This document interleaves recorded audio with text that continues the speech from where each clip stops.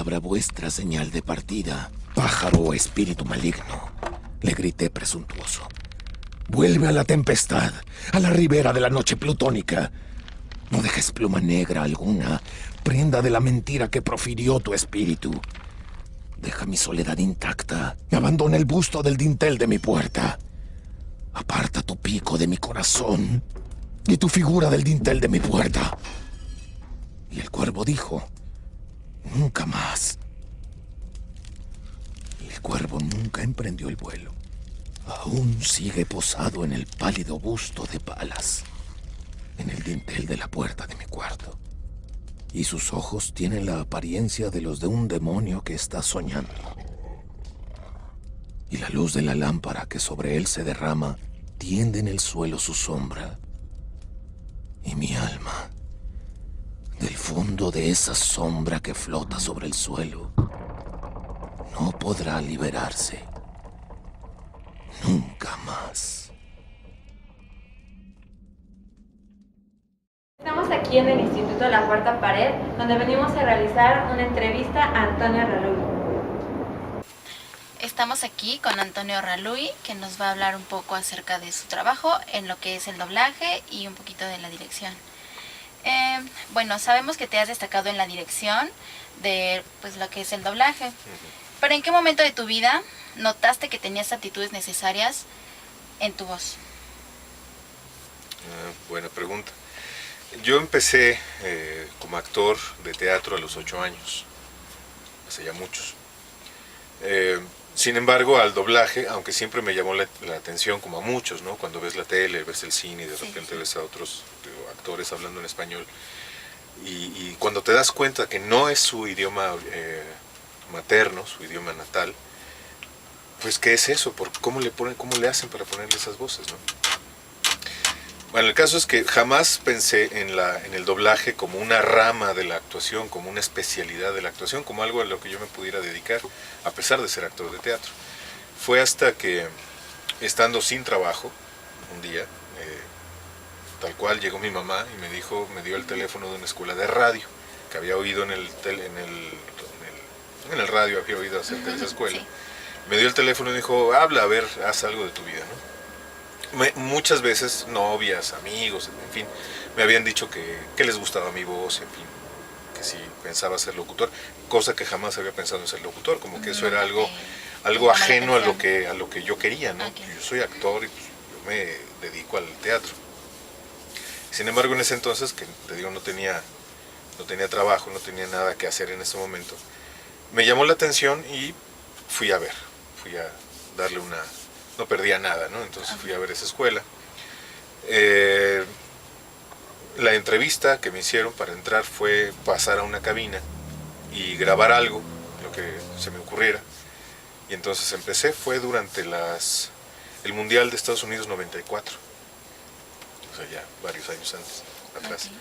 Entonces empecé a hablar, improvisar cosas sobre el Mundial, sobre lo que sucedía entonces. Y el operador y el director me dijeron, pues tienes buena voz. Y ya así fue como entré a esa escuela. Pero yo todavía no tenía muy claro qué iba a hacer en esa escuela, ¿no? Hasta que, había dos opciones, ser cronista deportivo o ser comunicador. Como cronista deportivo me imaginaba, cosa que también me gustan mucho los deportes, me imaginaba narrando un partido de fútbol, o yendo a un Super Bowl, o yendo a las Olimpiadas, en fin, ese tipo de cosas me llamó la atención. Dije, pues a lo mejor puedo hacer algo por ahí. Pero en la otra carrera, en la de comunicador, una de las materias era doblaje. Cuando vi la tira de materias me llamó mucho la atención doblaje.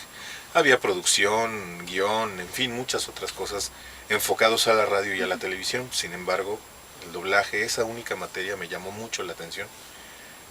Y fue por eso que me decidí por la carrera de comunicador.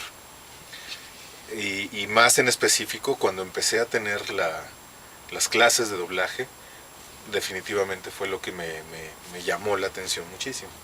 Okay. Y así fue como empecé, ¿no? Como actor, pero yéndome en esa escuela, yéndome hacia todo lo que se aprendía sobre doblaje. Más adelante había un compañero, en esa escuela nos daban conferencias más o menos regulares conferencias con personalidades del medio. En esa escuela estudió Toño de Valdés, Martinoli, varios de los que están ahorita. Sí, sí. Entonces también llevaron un día a un señor que se llama Carlos II. No sé si ustedes lo conozcan. Seguramente por nombre no. Pero es la voz que hacía a Woody en Toy Story, en la 1 y en la 2. Okay. Hacía Alf. ¿Se acuerdan de Alf? Sí. Bueno, ustedes estaban muy chicos, pero en fin, fue esta personalidad del doblaje, yo no lo conocía, y empezó a hablar del doblaje y sobre sus experiencias y todo. Me llamó mucho la atención, y había un compañero sentado junto de mí, y él y yo éramos los únicos que le hacíamos preguntas, todos los demás callados, escuchando. Y bueno, más adelante, unos días más adelante, el profesor que me daba doblaje me pidió que lo llevara a una empresa porque tenía que cobrar unos dineros y él no tenía medio de transporte. Entonces lo llevé pensando, bueno, una de esas se apiada de mí y me presenta, ¿no? Me lleva, Sí, claro. me contacta, ¿no? Y no me contactó, de hecho me dejó esperándolo en la puerta, me dijo, aquí espéreme, y ahí me quedé. Y de repente, viendo hacia adentro, ¿no? y pensando, esto es un estudio de doblaje, ¿cómo se le hace para entrar aquí? Veo salir de una puerta al muchacho que estaba sentado junto de mí en la conferencia. Y lo llamé. Y ya fue conmigo. ¿Qué haces aquí? Vengo acompañando a este señor. Quiero entrar. ¿Qué tengo que hacer? Es una audición, una prueba de voz, es lo que hay que hacer. ¿Y cómo se hace eso? ¿Cuándo? ¿Con quién veo eso? Vamos con la gerente para que ella nos diga cuándo y qué tienes que hacer. Y pues sí, entramos con la gerente y le pedí la prueba de voz. ¿Cuándo sería la prueba de voz? Me dijo, ahorita mismo. Y así, me hizo la prueba de voz. Y así fue como empecé. O sea, les gustó, me quedé en esa famosa prueba de voz, que ni siquiera fue hacer doblaje, simplemente era leer, ¿no? Es algo que les digo mucho de repente, la importancia de la lectura, el poder transmitir bien el mensaje que está plasmado en letras. Ahora nosotros con nuestra voz hacer que esas imágenes o esas letras vivan, ¿no? Pero bueno, más adelante lo platico. Ok. Pero bueno, así fue Ok. como empecé. ¿Cuándo decidiste que era tiempo de transmitir tus conocimientos de doblaje? A los 2 años de haber empezado en doblaje, ya terminé la escuela donde había empezado, y un día, estando en mi llamado, terminando mi llamado, cuando salgo, el director de la escuela de donde yo había estado, que él había hecho a Patas Verdes, no sé si se acuerdan de Odisea Burbujas. Él hacía Patas Verdes, él era el director de la escuela, amigo muy entrañable mío, nos habíamos hecho amigos, también actores. Y entonces saliendo yo de mi llamado me dijo, oye, qué bien lo haces, echándome flores. ¿Te gustaría dar clases en la escuela? Me llamó mucho la atención, digo, además de un ingreso extra, pues también como continuando la tradición familiar, mi papá, mi abuelo, mi bisabuelo, en fin, mi mamá, todo el mundo se ha dedicado a la docencia. Okay. Entonces, oye, me interesa, me llama la atención, pues vamos a probar. ¿En qué institución estudiaste el doblaje? Se llama Raúl del Campo Junior, está en División del Norte todavía. Es una escuela muy querida, el director, toda la gente que trabaja ahí la estimo mucho, todavía existe, gracias a Dios, y de hecho es una institución que lleva muchísimos años, 20 y tantos, algo así. Okay. Ahí estudié doblaje, pero el doblaje realmente yo lo aprendí sin menospreciar a esa escuela, pero yo aprendí doblaje en las cabinas. Ahí fue donde realmente aprendí doblaje. Me ayudó mucho ser actor desde antes, a mí sí me ayudó mucho, pero sí, definitivamente mi gran escuela se llamaba, ese ya no existe, es un estudio que se llamaba Intersound, porque ahí conocí, quienes realmente me enseñaron fueron directores de doblaje, o sea, en el momento de estarme dirigiendo, me enseñaron qué tenía que hacer, ahí fue donde realmente aprendí a hacer doblaje. Bueno, ¿cuál ha sido tu papel más destacado dentro del doblaje? Ok. El estudio donde el que te contaba, Intersound, donde empecé, hacía mucho doblaje para aviones, para barcos, en fin. Ahí hice en Sabrina, no sé si se acuerdan de la serie Sabrina, sí, la bruja adolescente. hacía a uno de los amigos de Harvey, del novio de Sabrina. Duró algunas temporadas.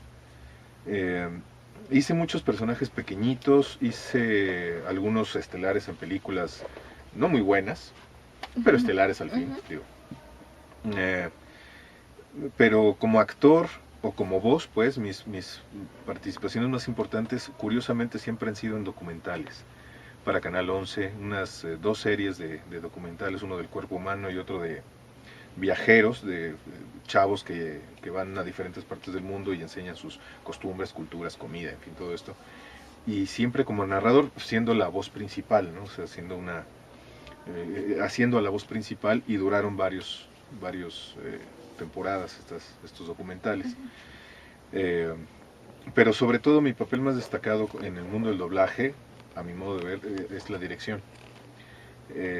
Yo empecé a dirigir casi a los 2 años de haber empezado en doblaje, casi al mismo tiempo que empecé a dar clases, empecé a dirigir. Y empecé a dirigir porque yo siempre, te dan tu llamado, punto a las 10 de la mañana, te dan tu llamado. Yo siempre procuraba llegar una media hora antes o quedarme después de mi llamado y pedirle permiso al director para quedarme en la sala viendo, ¿no? Y veía lo que él hacía, lo que los directores hacían, lo que el operador hacía, en fin, cómo se conducían con los actores, qué pedían, cómo revisaban su guión, en fin, veía cómo trabajaban. Me llamaba mucho la atención. Y porque además en doblaje es muy curioso, ¿no? Tú haces tu parte, o sea, tú llegas a tu llamado, haces a tu personaje y te vas, y ya no te enteras, muchas veces no te enteras de qué es la película, qué sucedió con el... No te enteras. No estás involucrado con toda la trama, sino solamente haces a tu personaje y muchas gracias y que te vaya bien. Entonces yo me quedaba también para ver qué pasaba en la película, ¿no? Cómo era el desarrollo de los personajes. No sé, todas esas cosas me llamaron la atención. Y un día, pues los operadores, los directores se daban cuenta de lo que hacía, de que me quedaba, y ellos platicaban con la gerente, con la que me dio la oportunidad de la prueba de voz. Y cuando se dio la oportunidad, la gerente me dijo, ¿te interesa dirigir? Sí, claro que sí, ¿no? Y entonces así fue como me dio un primer proyecto.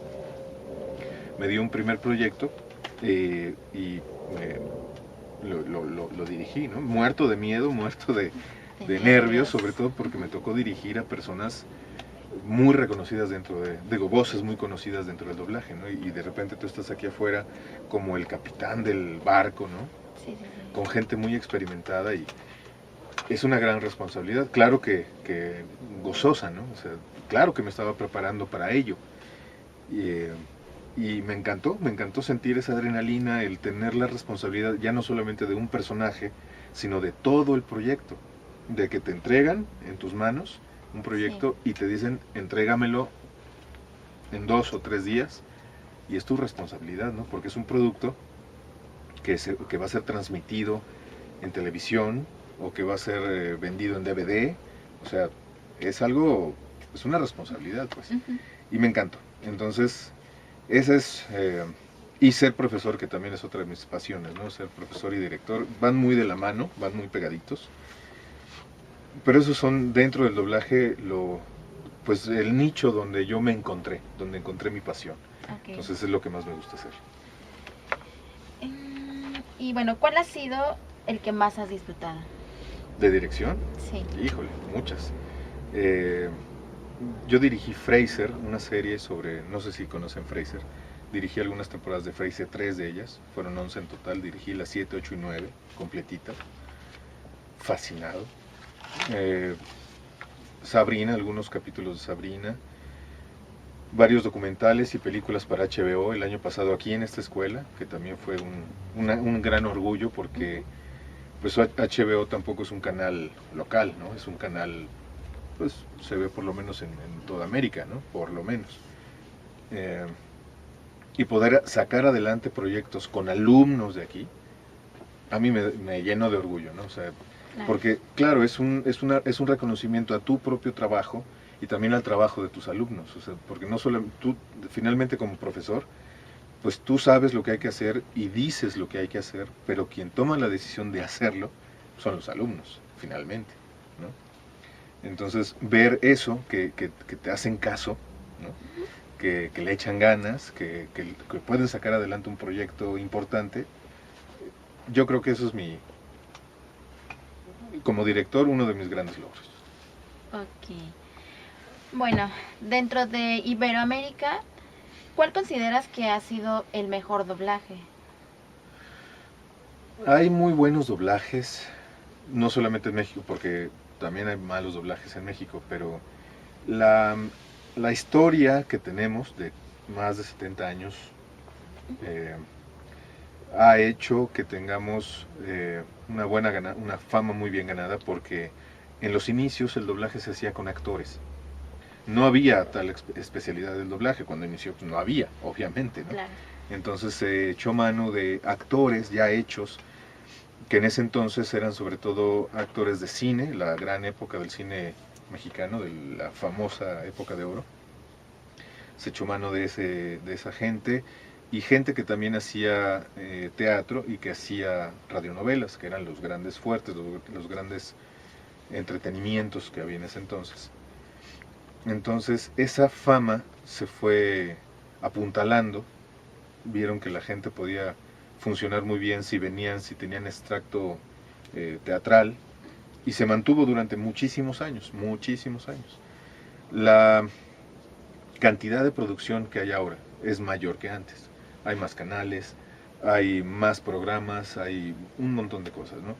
Entonces el doblaje no ha disminuido, al contrario, es un trabajo. Y además también otra cosa que nos ayudó mucho, que nos dio más trabajo, es el DVD. A partir del DVD, por tener la opción de ponerlo en su idioma original o doblado, pues nos dio más trabajo, ¿no? Entonces, la competencia cada vez ha ido más dura.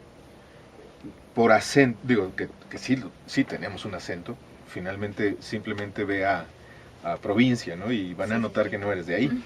Por supuesto que tenemos un acento, lo que pasa es que nosotros decimos que no, claro que lo tenemos. Pero en general, la forma de hablar del mexicano, y en esta zona sobre todo, es más neutra, es más entendible, es más adaptable incluso. Nuestro acento no es tan fuerte como el argentino, por ejemplo, tan marcado, tan local, o como el español, ¿no? El español también es un acento muy, muy local, muy regional. Entonces, todavía el acento mexicano, el doblaje en México, todavía sigue siendo el mejor. Se cuidan muchos detalles que en otros lados no. Se cuida que sean actores o gente entrenada hacia lo actoral que haga doblaje, y que no sean solamente locutores. Pero sin embargo, como decía, la competencia cada vez va más fuerte. Los argentinos, los venezolanos, los chilenos están haciendo muy buen doblaje, y mucho. Y están además aprendiendo a neutralizar sus acentos. Entonces, bueno. Pero todavía sigue siendo México